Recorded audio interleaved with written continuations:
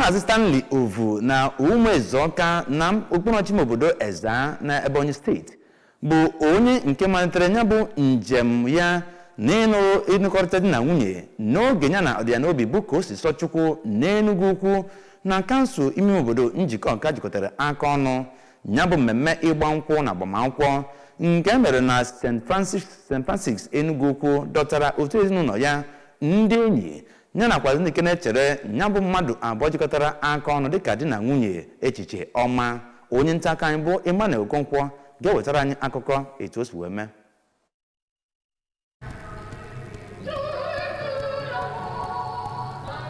N'okwuchukwu ya oge ọ na-agba ya bụ di na nwunye nụrụ onwe ha akwụkwọ, Reverend Father Cletus Ekwezia chetara ndị ahụ n'ụdị na nwunye ọhụụ mkpa ọ dị ịdị na-ahụlịta onwe ha n'anya mgbe niile n'agbanyeghị ka ọnọdụ si wee dị, ebe ọ gwakwazi ha ka abụ ndị ga na-ekpe ekpere oge ọbụla ka Chineke nye ha amara nakwazi ike iji hụrịta onwe ha n'anya wee lụọ ọgụgụ. Reverend Father Ekwezia kwaziri alịlị na otu esi enwe tigbuo zọgbuo n'ọtụtụ ezinụlọ n'ụbọchị taa, nke o kwuru na ihe kpatara ya bụ akwadoghị akwado wee banye na ya bụ njem ịnụ di na nwunye ka a na-ahụta n'etiti ndị na-eto eto n'ụbọchị taa, ma kwue na alụmdi na nwunye abụghị maka ụmụntakịrị kama na ọ bụ ihe mere nye ndị tozuru oke, ndị nwere nghọta na ọ bụghị naanị mkpori ndụ na ịmụ ụmụaka ka eji wee guzobe alụmdi na nwunye. Dịka ha si wee kwue, onye ji ọkwa Ebonyi State Commissioner for Information nakwazi State Orientation bụ Engineer Jude Okpor ya nakwazi oriakụ ya bụ Nancy, ndị bụ ndị kwadoro ya bụ alụmdi na nwunye, kpọkuru ndị ahụ n'ụdị na nwunye ọhụụ ka abụ ndị ga-eji Chineke nna wee buru ụzọ n'ihe niile ha na-eme n'ihe gbasara alụmdi na nwunye ha, bụrụ ndị ga na-ahụrịta onwe ha n'anya, na-agbagharị onwe ha ma na-enwe ndidi nyere ibe ha ka ha wee nwee ike merie nsogbu dị iche iche nke na-apụta n'ịnụ di na nwunye.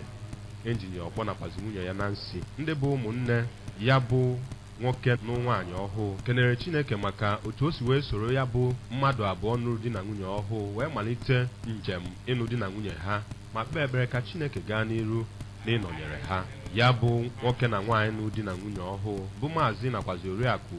Ovu kenere Chineke maka ijikọ ha na-abụ ọnụ, ma kwue na ọ bụ omume pụrụ iche ha hụrịta n'ime onwe ha ka ha ji wee nwee mkpebi ịnụ di na nwunye, ebe ha kwezi nkwa ịhụ onwe ha n'anya lụọ ọgụgụ. Ya bụ ihe mmemme ịnụ di na nwunye ma nke ịgba akwụkwọ n'ụlọ ụka nakwazi ime nke obodo bụ nnọọ nke dọtara onye ji ọkwa kọmishọna na-ahụ maka mgbasa ozi na steeti abụ Maazị Paul Nwosu, onye ji bụ ọkwa Managing Director nke Anambra State Signage and Advertisement Agency bụ Dọkịnta Jude Emecheta na imerime ndị ọzọ eji okwu agba izu na gọọmenti bụ nnọọ nke anọ n'ime ya gbawa achịcha bekee nke alụmdi na nwunye. Ndị ahụ n'ụdị na nwunye nọkwazi na ya gbaa egwu, ebe ndị egwu omenala dị iche iche kpazikwara ndị bịara ya bụ ihe mmemme obi aṅụrị site n'Enugu Ukwu nke dị n'okpuru kansụl Njikọ. Abụ m Emmanuel Okonkwo.